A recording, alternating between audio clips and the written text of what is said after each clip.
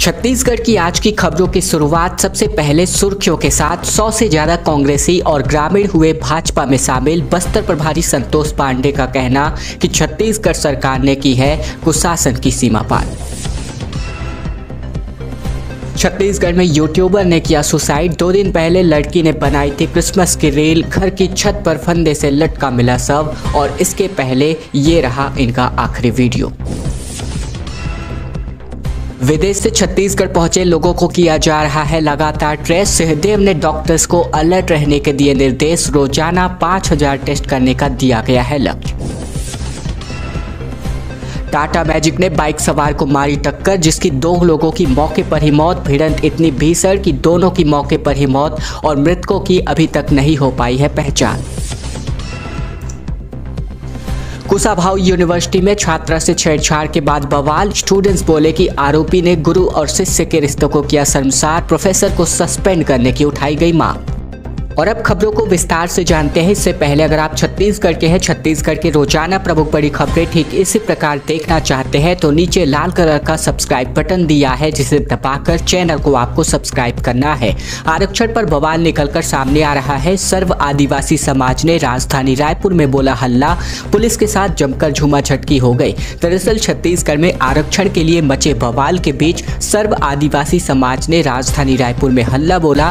प्रदर्शनकारी राजभवन का घेराव करना चाहते थे, लेकिन पुलिस ने उन्हें सप्रे स्कूल के पास ही रोक लिया। इस दौरान काफी जमकर झूमाझटकी भी हुई। उल्लेखनीय है कि हाईकोर्ट के फैसले के बाद छत्तीसगढ़ में सभी वर्गों का आरक्षण निल हो गया है। इसे लेकर के प्रदेश सरकार ने आरक्षण संशोधन विधेयक विधानसभा का विशेष सत्र बुलाकर सर्वसम्मति से पास करा लिया है, लेकिन विधेयक पर राज्यपाल ने अब तक हस्ताक्षर नहीं किए हैं। इसी को लेकर राजधानी रायपुर में हजारों की संख्या में आदिवासियों ने प्रदर्शन किया। इसके अलावा बात करें तो सप्रे साला ग्राउंड के सामने पुलिस ने बैरिकेडिंग्स लगा रखी थी ऑलरेडी, लेकिन उन्हें रोकने के लिए पुलिस नाकामयाब होती दिखाई दी और पुलिस के साथ जमकर झूमाझटकी का माहौल भी नजर आया। इसके अलावा बात करें तो अब सर्व आदिवासी समाज ने पूरे प्रदेश भर में आंदोलन करने की बातें कही हैं। सर्व आदिवासी समाज ने जेल भरो आंदोलन की भी चेतावनी सरकार के समक्ष रखी है। छत्तीसगढ़ में कोरोना से निपटने की मुहिम अब शुरू हो चुकी है। मॉक ड्रिल के बाद अब सिंहदेव बोले कि स्टाफ की जरूरत। बिलासपुर में तड़पते दिखे मरीज, सीएमएचओ लिफ्ट में फंस गए। दरअसल छत्तीसगढ़ में कोरोना से निपटने को लेकर के बीते दिन रायपुर के अंबेडकर अस्पताल, जिला अस्पताल और माना के सिविल अस्पताल में मॉक ड्रिल की गई। इन सभी अस्पतालों में तेजी से एम्बुलेंस पहुंची। डॉक्टर पीपीई किट पहने हुए थे। मरीजों को अस्पताल में ले जाया गया और सभी को ऑक्सीजन ड्रिप वेंटिलेटर पर ले जाकर उनकी जाँच करने का काम किया गया। इन अस्पतालों में कोविड संक्रमण का वैसा ही माहौल दिखा जैसा बीते 2 सालों में देखा गया, मगर ये सब कुछ सिर्फ तैयारियों के लिए था। मॉक ड्रिल में कुछ जगहों पर कई तरह की अलग अलग कमियां देखी गई, जिस पर तत्काल सुधार करने का निर्देश भी जारी हुआ। नकली मरीज लाकर असल तैयारियों का जायजा लिया गया और इसे ही अंग्रेजी में मॉक ड्रिल कहा जाता है और ये एक तरह का प्रैक्टिस होता है। इसके अलावा बात करें तो कुछ जगहों पर स्टाफ की जरूरत यहाँ पर इस मॉक ड्रिल के माध्यम से नजर आई। साथ ही स्वास्थ्य मंत्री टीएस सिंहदेव ने इन सभी मॉक ड्रिल को वीडियो कॉल के माध्यम से देखा।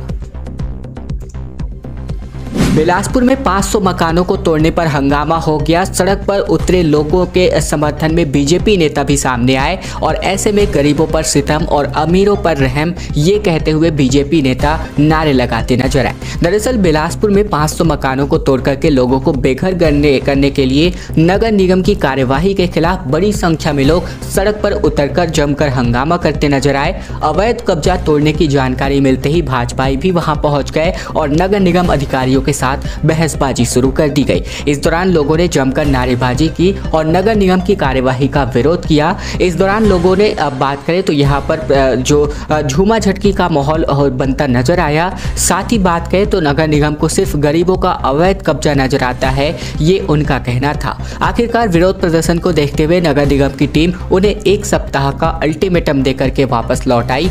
नगर निगम के सरकंडा इलाके में सड़क चौड़ीकरण करने की योजना बनाई गई है और इसी दौरान इसके जद में आने वाले अवैध कब्जे के मकानों को तोड़ने के लिए नोटिस जारी किया गया। नगर निगम का अतिक्रमण दस्ता बीते दिन निगम अमला दल बल के साथ तकरीबन 500 मकानों को तोड़ने के लिए पहुंचा हुआ था।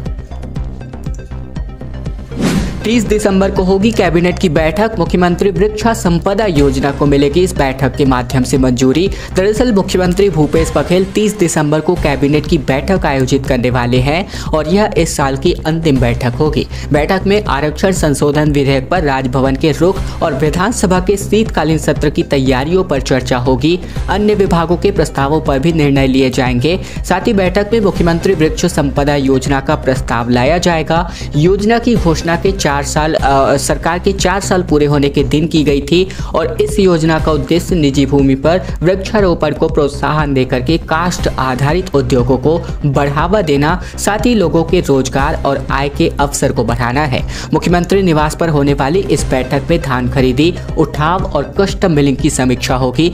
साथ ही आरक्षण विधेयक को राजभवन में रोके जाने को लेकर के चर्चा की जाएगी। सरकार इस मामले में कोई नया फैसला भी ले सकती है। साथ ही प्रदेश में आरक्षण रोस्टर न होने से भर्ती, पदोन्नति और नई नियुक्ति कैसे शुरू की जाए, इस पर भी निर्णय लिया जा सकता है। फिलहाल विधानसभा का शीतकालीन सत्र 2 जनवरी से आहूत है।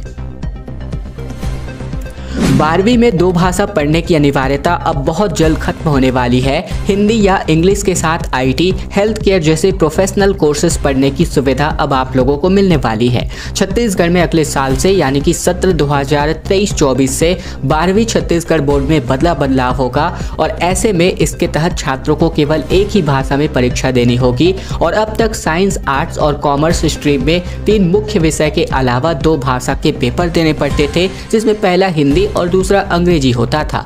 इसके साथ ही इन मूल विषयों के साथ ही हिंदी, इंग्लिश और संस्कृत जैसे भाषा के विषय भी इंक्लूडेड हैं। अधिकांश छात्र हिंदी व अंग्रेजी को चयन करते थे, लेकिन नए सत्र से अब छात्र चाहें तो एक ही भाषा को मुख्य पेपर में और एक को ऑप्शनल रख सकते हैं। वैकल्पिक विषय के नंबर नहीं जुड़ेंगे, इसके लिए इसमें कोई भी फेल नहीं होगा। 12वीं बोर्ड में हर साल तकरीबन 3.25 लाख परीक्षार्थी शामिल होते हैं और इस बार की बोर्ड परीक्षा 1 मार्च 2023 से आयोजित होगी। ट्रेनों का टाइम टेबल जल्दी बदलने वाला है। वंदे भारत की तर्ज पर 130 की स्पीड से चलेंगी मेल और एक्सप्रेस ट्रेनें 12 से 15 मिनट पहले पहुंचने वाली है स्टेशन। दरअसल जनवरी से बिलासपुर जोड़ से चलने वाली गाड़ियां अपने निर्धारित समय से तकरीबन 15 मिनट पहले आ जाएंगी। रेलवे प्रशासन बिलासपुर, नागपुर और झारसुगुड़ा के बीच चलने वाली एक्सप्रेस और मेल ट्रेनों की स्पीड को अब 130 करने की तैयारी कर चुका है। बिलासपुर और नागपुर के बीच की अनुमति मिल गई है। बिलासपुर और झारसुगुड़ा के बीच 130 किलोमीटर प्रति घंटे की स्पीड से चलाने के लिए रेलवे ने अनुमति मांग ली है। अफसरों का कहना है कि जनवरी में भी इसकी अनुमति मिल जाएगी।